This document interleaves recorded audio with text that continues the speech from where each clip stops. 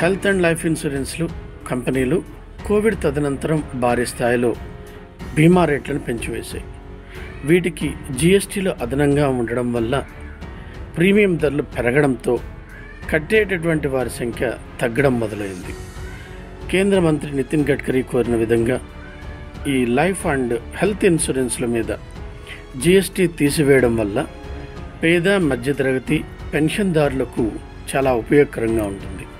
మరి ముఖ్యంగా దినసరి కూలీలుగా పనిచేసేటటువంటి వారికి కానీ కార్మికులకి జీఎస్టీ తీసేయడం వల్ల మరింత మంది ఈ వైద్య బీమాలను తీసుకోవడానికి అవకాశం ఎక్కువగా ఉంటుంది. కాబట్టి ఈ జీవిత బీమాల మీద జీఎస్టీ తీసివేయడం పేద మధ్యతరగతి పెన్షన్దారులకి ఉపయోగకరంగా ఉంటుంది.